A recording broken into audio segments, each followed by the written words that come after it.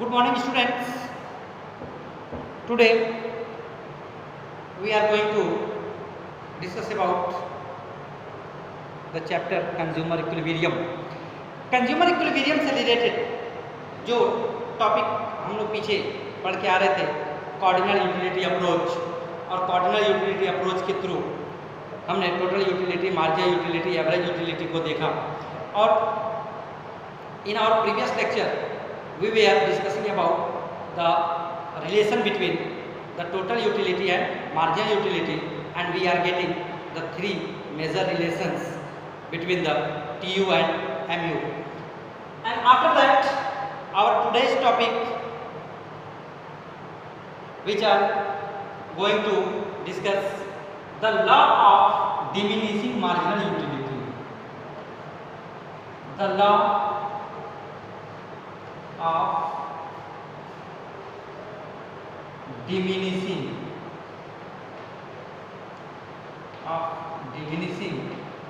marginal utility, जिसको हम short में DMU, law of diminishing margin utility short में कहते हैं। वन मोर थिंग बेटा, you all are always keep in mind कि in this subject the economics, जो कुछ भी हम स्टडी करते हैं, मोस्टली अगर हम कंज्यूमर बिहेवियर को छोड़ दें तो इसके बाद जो कुछ भी हम स्टडी करते हैं वो एक साइंटिफिक स्टडी होता है, वो प्रूव्ड स्टडी होता है। जो हम लोग वहाँ कॉन्सेप्ट डेवलप करते हैं तो उस कॉन्सेप्ट के पीछे ये कह दें कि स्ट्रॉन्ग लॉजिक होता है। लेकिन कंज्यूमर बिहेवियर के बारे में जब हम बात करते हैं बेटा, then you all are always keep in mind कि कंज्यूमर इक्विलिब्रियम और कंज्यूमर बिहेवियर से रिलेटेड जितनी भी हमारी स्टडीज़ हैं वो सारी की सारी साइकोलॉजिकल फेनोमेना पे डिपेंड करते हैं। इसके पहले लेक्चर में हमने आपसे जो डिस्कशन किया था तो हमने रैशनल कंज्यूमर की बात की थी। रैशनल कंज्यूमर की हमने इकोनॉमिक माइंड की बात की थी। ये फुली, ये हमेशा ध्यान रखिएगा, ऑलवेज कीप इन माइंड कि ये साइकोलॉजिकल फेनोमेना है और इसको law of diminishing marginal utility को फंडामेंटल लॉ ऑफ कंज्यूमर भी कहते हैं। This law firstly given by the गॉसेन।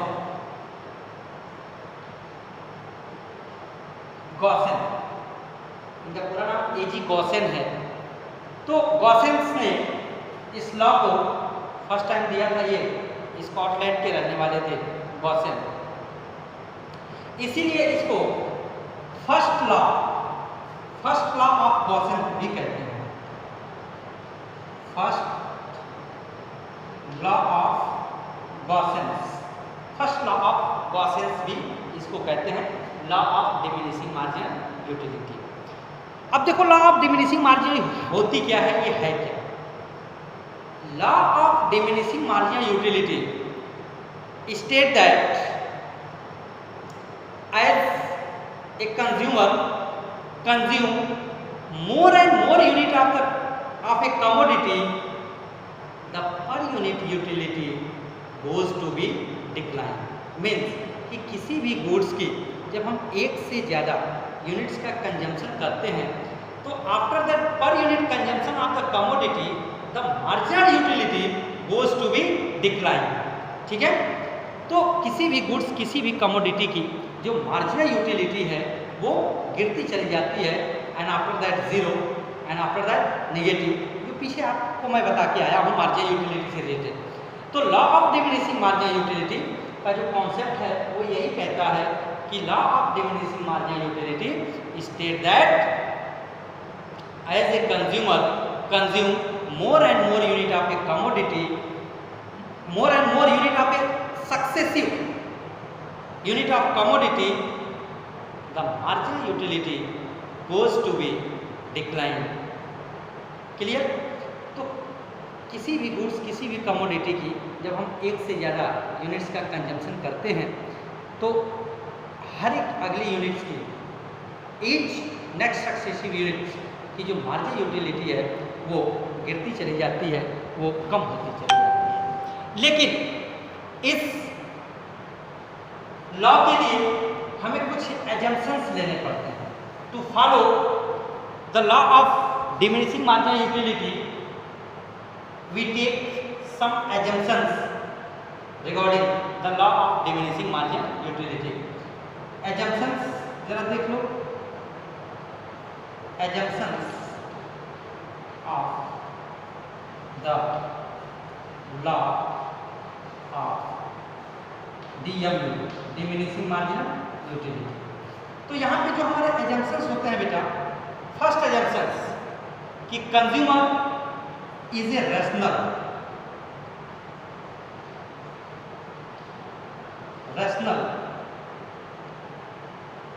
Consumer.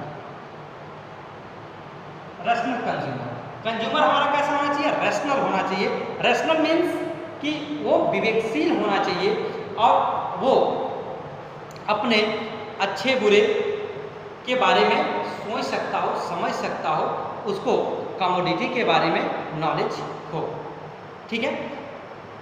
यहाँ पे देखो कंज्यूमर रैशनल होता है और जब रैशनल होगा तो उसके लिए जो law of diminishing marginal utility है वो परफेक्टली वर्क करेगा। ठीक है? Second thing, the cardinal measurement of utility. Second, cardinal measurement of utility. ठीक है? In the law of diminishing marginal utility the utility measures in terms of numbers. कि यहाँ पे जब हम यूटिलिटी को नंबर्स में अगर मेजर नहीं कर पाएंगे तो law of diminishing marginal utility acceptable है कि नहीं है हम ये जज नहीं कर पाएंगे। तो इसके लिए हम क्या करते हैं कि हमारी जो यूटिलिटी है उसे हम मेजर करते हैं इन टर्म्स ऑफ कार्डिनल यूटिलिटी। ठीक है? दूसरा, next thing, measurement in terms of monetary utility measures in terms of monetary.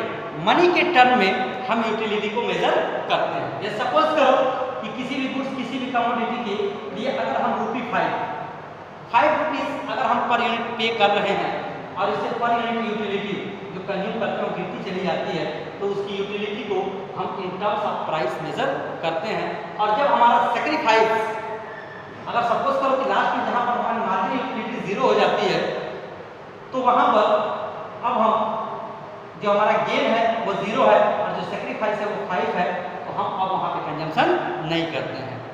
ठीक है? एज ए रैशनल कंज्यूमर तो हम यूटिलिटी को किसमें मॉनेटरी मेजरमेंट करते हैं इन टर्म्स ऑफ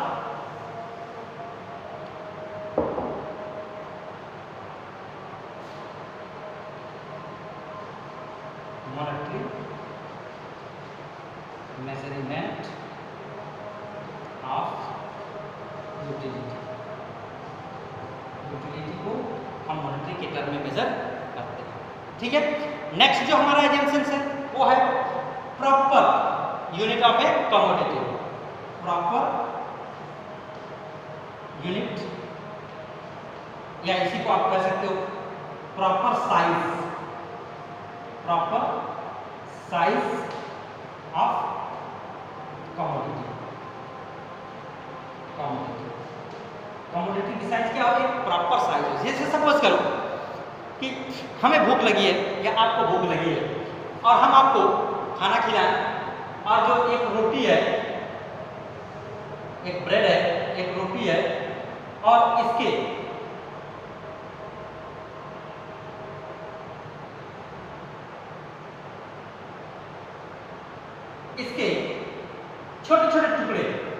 छोटे छोटे टुकड़े तोड़ करके और हम आपको देते जाएं, तो क्या आपकी मार्जिनल यूटिलिटी कम होगी? कभी नहीं कम होगी, और नहीं तो कम होने के बाद से गुस्सा आएगा और उसके बाद से अब क्या हमारी दशा करोगे वो हम समझ सकते हैं। ठीक है, या कोई भी आपकी मदर हो, आपकी सिस्टर हो, अगर इस तरह का अगर आपके साथ बिहेव करे तो आपकी यहाँ पे मार्जिनल यूटिलिटी कम होने के बजाय क्या होगी, बढ़ेगी तो बढ़ेगी, और साथ में आपका टेम्परा भी हाई कर देगा, और उसके बाद जो रिजल्ट होगा क्या होगा भगवान जाने। ठीक है, ऐसे ही अगर मान लो हमको या आपको प्यास लगी हो और हम आपको बूंद बूंद पानी दें, तब वहां पर ये law of diminishing marginal utility fail कर जाता है, कोलैप्स कर जाता है, यहाँ वो वर्क नहीं करता है। तो क्या होना चाहिए, proper size of commodity, commodity की एक स्टैंडर्ड एक प्रॉपर साइज होनी चाहिए। ठीक है, नेक्स्ट जो एजम्पशंस है, proper size. Next continuous consumption, हमारा कंजम्पशन कैसा होना चाहिए, कॉन्टिन्यूअस होना चाहिए, कॉन्टिन्यूअस कंजम्पशन, कंजम्पशन। ऐसा ना हो कि एक ब्रेड अभी खाएं, एक आधे घंटे बाद खाएं, अगली 1 घंटे बाद खाएं, अगली आधे घंटे बाद खाएं।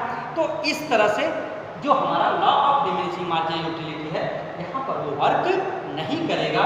तो हमारा कंजम्पशन कैसा होना चाहिए, कॉन्टिन्यूअस होना चाहिए, और लगातार हमारा कंजम्पशन होना चाहिए, तभी ये फॉलो करेगा law of diminishing marginal utility, नहीं तो ये कोलैप्स कर जाएगा। इसकी क्वालिटी में कोई चेंज नहीं होना चाहिए। Next, no change in quality of commodity, just like suppose no change in quality, no change in quality, quality में किसी भी तरह का कोई चेंजेज नहीं होना चाहिए। Because of you know that कि अगर अभी हम आपको एक बर्गर खिलाएं, फिर आपको पिज्ज़ा खिलाएं, फिर आपको आइसक्रीम खिलाएं, तो अगर इस तरह से हम डिशेस को अगर चेंज करते चले जाएं तो वहाँ पर ये law of diminishing marginal utility follow नहीं करता है, ये फेल कर जाता है।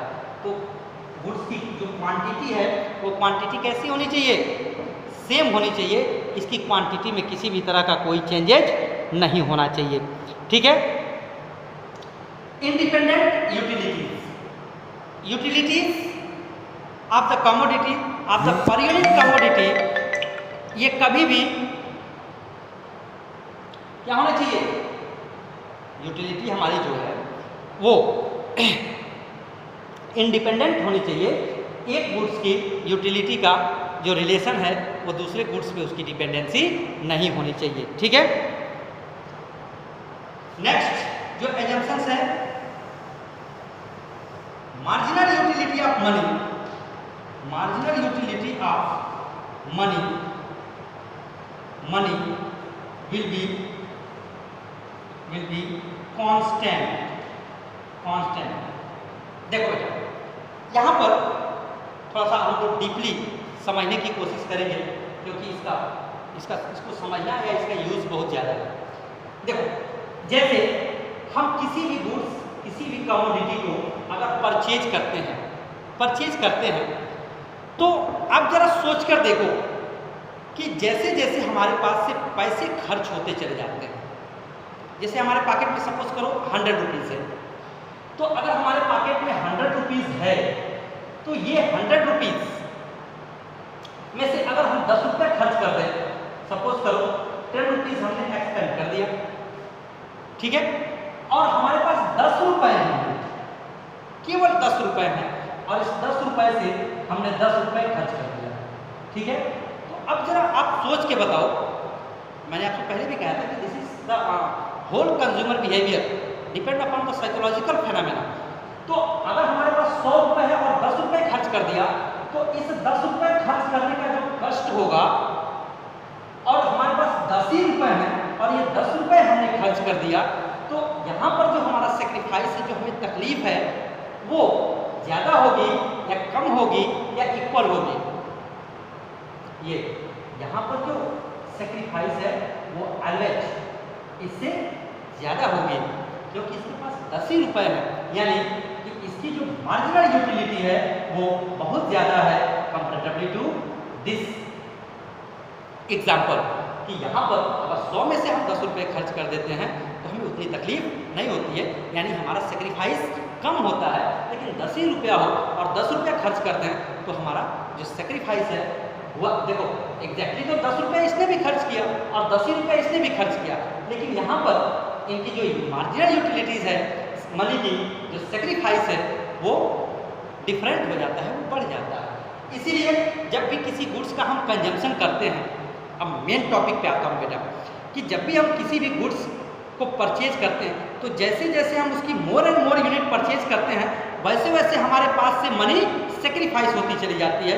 तो जो हमारे पास बची हुई मनी होती है उस मनी की जो मार्जिनल यूटिलिटी है वो बढ़ती चली जाती है, वो बढ़ती चली जाती है। और जो गुड्स हम कंज्यूम कर रहे हैं जो हमारे पास इंक्रीज होती चली आ रही है पर यूनिट, उसकी मार्जिनल यूटिलिटी कम होती चली जाती है।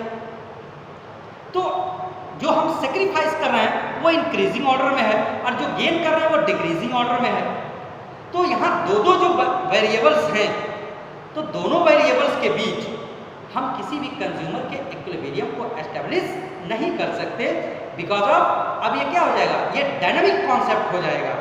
इसलिए हम यहाँ पर मनी की जो मार्जिनल यूटिलिटी है, क्योंकि प्राइस कांस्टेंट होगी गुड्स की कमोडिटी की, तब वहाँ हम ये एज्यूम कर देते हैं कि जो मनी की मार्जिनल यूटिलिटी है वो कांस्टेंट है। अगर 5 रुपए की मार्जिनल यूटिलिटी, ₹5 की मार्जिनल यूटिलिटी अगर 10 यूटिलिटीज के बराबर है, 10 यूटिलिटीज के बराबर है, तो during the consumption by a consumer उसकी जो 1 रुपए की मार्जिनल यूटिलिटी होगी वो ₹1 और 2 यूटिलिटीज के बराबर होगी। तो इसको हम कांस्टेंट एज्यूम कर लेते हैं। अगर हम कांस्टेंट एज्यूम ना करें तो हम कंज्यूमर इक्विलिब्रियम को एस्टेब्लिश नहीं कर पाएंगे, बिकॉज ऑफ जिन दोनों वेरिएबल्स के बीच हमको इक्विलिब्रियम एस्टेब्लिश करना है ये दोनों ही डायनेमिक है। ठीक है, तो these are the some major assumptions taken by us to follow the law of diminishing marginal utility. इसके next fixed income and price, fixed income of consumer and fixed price of commodity, कि जो commodity की price हो उसमें कोई changes नहीं होनी चाहिए। मीन्स कि अगर उसमें चेंजेज होते हैं, अगर मान लो कि गुड्स और कमोडिटी की प्राइस कम होती है तो गुड्स और प्राइस कम होगी तो अब उसे और ज़्यादा वो खरीदने लगेगा, तो उसकी जो मार्जिनल यूटिलिटी जिस रेट से, जिस रेशियो से डिक्लाइन होनी चाहिए थी अब उससे नहीं होगी। और गॉसिन्स ने अपने law of diminishing marginal utility में ये एक्सप्लेन नहीं कर पाए कि जो मार्जिनल यूटिलिटी के जो गिरने की रेट है, जो उसकी fall of the marginal utility किस रेट से गिरेगा, इस बात का ये एक्सप्लेनेशन नहीं कर पाते हैं। हाँ, इतना ही केवल ये बता पाते हैं कि वो गिरेगी, कम होगी, लेकिन किस रेट से गिरेगी इसका एक्सप्लेनेशन गॉसिन्स ने नहीं किया है और वो इसका एक्सप्लेनेशन नहीं कर पाते हैं। ठीक है, तो these are the assumptions of the follow the law of diminishing marginal utility. Law of diminishing marginal utility को फॉलो करने के लिए ये सारे एजम्पशंस हम देते हैं। अगर इन एजम्पशंस में से किसी को भी अगर हम कोलैप्स कर दें, अगर छोड़ दें, तो law of diminishing marginal utility work नहीं करेगी। ठीक है बेटा, इसका अब diagrammatic with the numerical example graphical representation हम अपने नेक्स्ट क्लास में देखेंगे। थैंक्स बेटा, थैंक्स टू ऑल।